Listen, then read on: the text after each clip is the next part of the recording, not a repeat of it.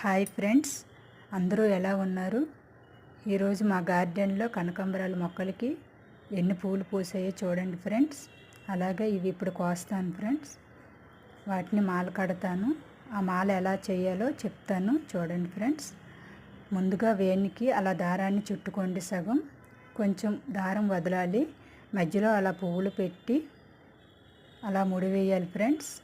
ఈ మాల అనేది సాగదు, బాగుంటుంది ఫ్రెండ్స్. మీరు కూడా ట్రై చేయండి.